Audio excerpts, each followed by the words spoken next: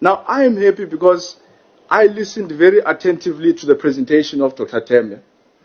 Dr. Tembe, the first thing he did, agreed with the point that I raised last week, to say the Act is saying someone must be 35 by the time of appointment. And even last week, if you remember, Chair, people became extremely defensive. And I'm saying, this is what the Act is saying.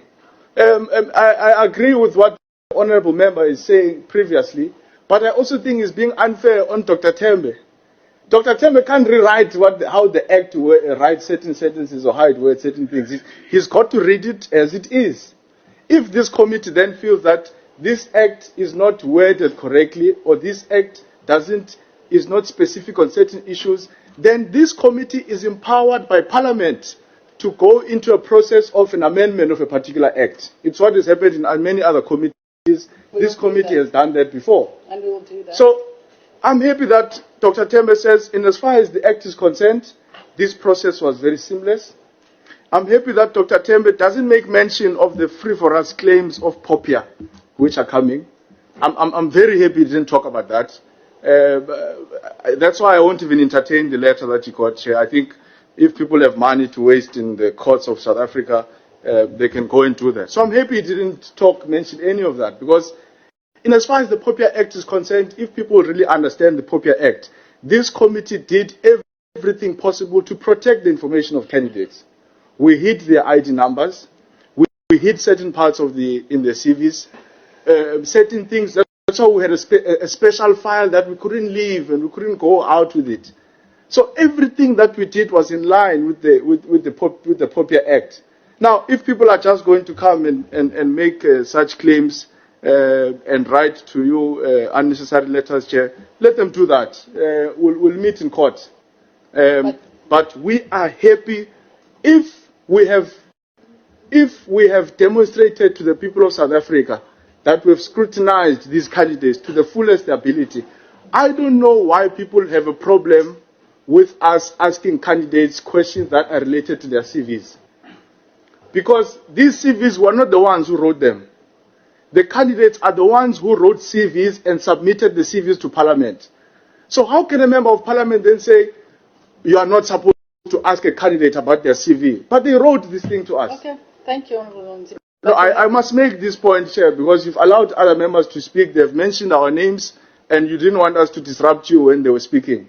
So we have to respond to those things, because it's going to create a very wrong impression to the public. So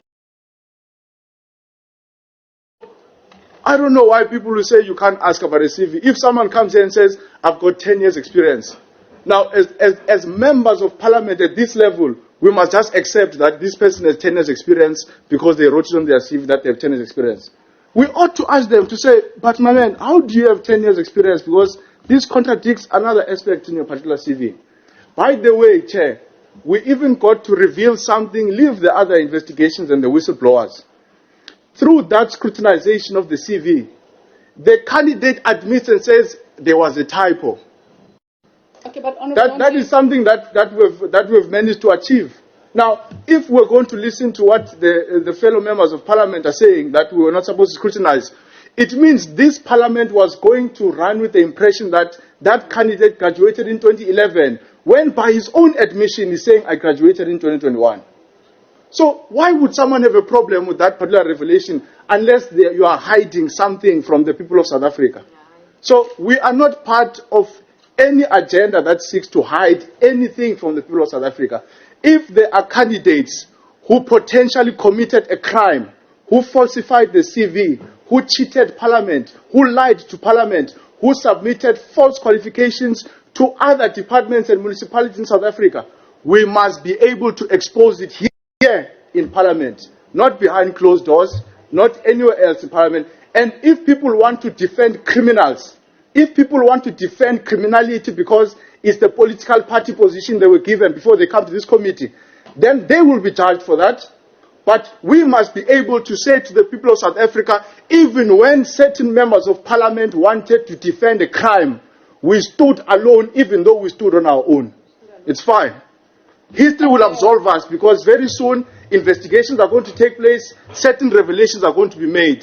The people of South Africa must ask, when this question came before Parliament, Which side were you standing on? Were you defending this or were you exposing it to the people? So we're not shaken by people who are insecure about their candidates and all of those things. Chair, we're very happy with this list. We're very happy with the manner in which you've run this process. We think that it was fair. We think that we got the best possible young people who are ethical, who are honest, who are qualified. There's a nice mix. I'm happy to see LGBTQI because I think I raised it in the last week that the last board didn't have. So I'm happy to have that representation. I'm happy that we've got disabled youth to ensure that their issues are at the center. I'm also very happy with the gender parity, the gender balance on this particular list of 9 names. The only thing I would have raised, Chair, and maybe you'll clarify it for me, I don't know why we don't write the scores next to them, because we scored these people. And I think, again, it's this culture of hiding things that don't need to be hidden to the people of South Africa. Because we scored these candidates one by one. So why are we hiding that, no, this candidate got 50 and this got what? No, I'm saying you'll clarify it for me, but I must mention it because the people of South Africa know that we have scored these candidates, but we're hiding their scores. The same way we wanted to hide that people falsified their CV, want to hide that someone graduated in 2021, you want to hide that someone has a typo in the CV. I don't understand this. Okay, thank you. This must be a transparent process. So please try to clarify. I believe that the people of South Africa know that we scored these people, and we must be able to put their scores there. And that will be the truest report to Parliament. Because when you give President Cyril Ramaphosa and Parliament, you must be able to say, this is what we have scored these people. Because now, it just creates an impression that we just got a list of names from nowhere and we don't know where we got them. And then the last point I want to make, Chair, I know people are getting touched because they were sent to come and defend wrong things.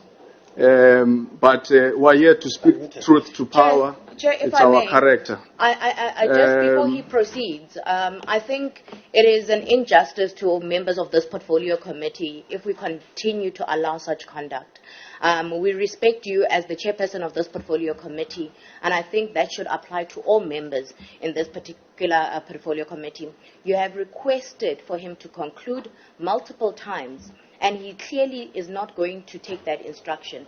But I think this then sets a very negative and wrong precedence, and Chair cannot be allowed. Lonzi, because I want Dr. Tembe to guide us in terms of the issue of the scores. No, I know I will conclude, Chair. Electioneering. Okay, please. You see, Chair. Thank you so much. Can I hand over to Honourable Mabel? When you are sent to come and defend the wrong things in Parliament. Okay, but also, he's rounding up. I understand the fire, shame. The member was sent to defend wrong things. Thank you. So I'm very patient. He must indicate I was sent by the last point no, that Chair, I cannot accept that, and I must be protected as a member of this portfolio You are committee. protected. Can you please just? Is interrupting me. The member is interrupting me. What she said. Okay, Honourable Lonzi, thank you very much. No, but I've got the last point that I want to make. I was disrupted here. Please round up. Chair, I'm saying the whistleblower evidence that you have received, I believe that must be made available to all members of Parliament because it's a very important information.